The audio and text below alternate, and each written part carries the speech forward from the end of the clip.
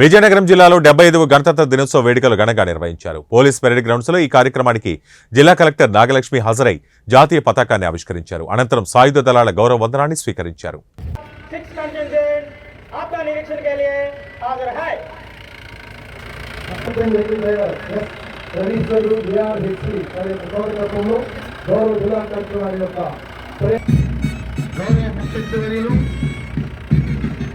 జిల్లా collector commander S Akshay Kumar పదార్థ దళాన్ని పరిశీలిస్తూ home guard contingent commander D Keshavarao vehicle driver R S Raveeswarudu ARHC 15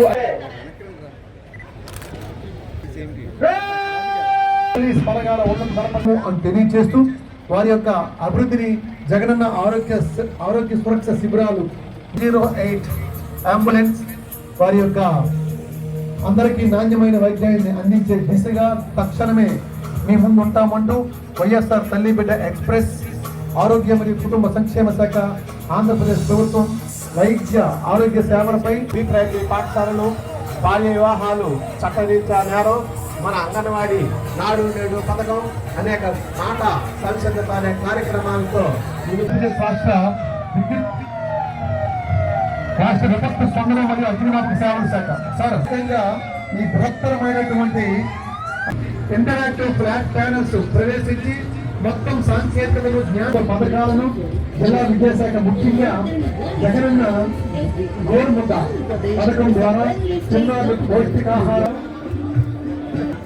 సమర్థ సంచాలకులు డి రమేష్ గారు జిల్లా సమాచార పౌర సంబంధాల అధికారి వారు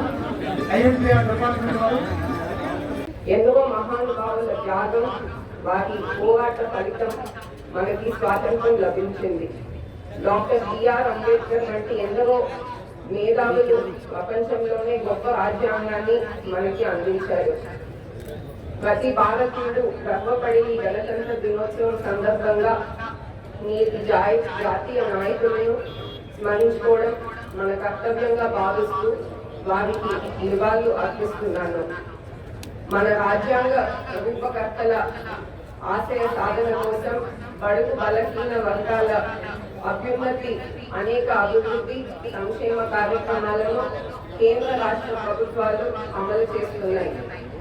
ఈ 4.5 ఏళ్ల కాలంలో అభివృద్ధికి సంక్షేమానికి తమ ప్రాధాన్యం ఇస్తూ సాగనున్న పాలనలో ప్రజలకు ఎన్నో ప్రయోజనాలు జరిగాయి. వీటితో పాటు చేపట్టిన పలు అభివృద్ధి కార్యక్రమాల రాష్ట్ర ప్రగతికి కొలమానంగా నిలిచాయి. సామాజిక సమత సంకల్ప మహోత్సవం రాష్ట్ర ప్రభుత్వం అత్యంత ప్రతిష్టాత్మకంగా డాక్టర్ బిఆర్ అంబేద్కర్ గారి 127 అడుగుల విగ్రహాన్ని సుమారు 400 కోట్ల రూపాయల వ్యయంతో విజయవాడలో స్వరాజ్ మైదానంలో ఏర్పాటు చేసిన సందర్భంగా రాష్ట్రం అంతటా సామాజిక సమత సంకల్ప మహోత్సవాలు ఘనంగా నిర్వహించారు.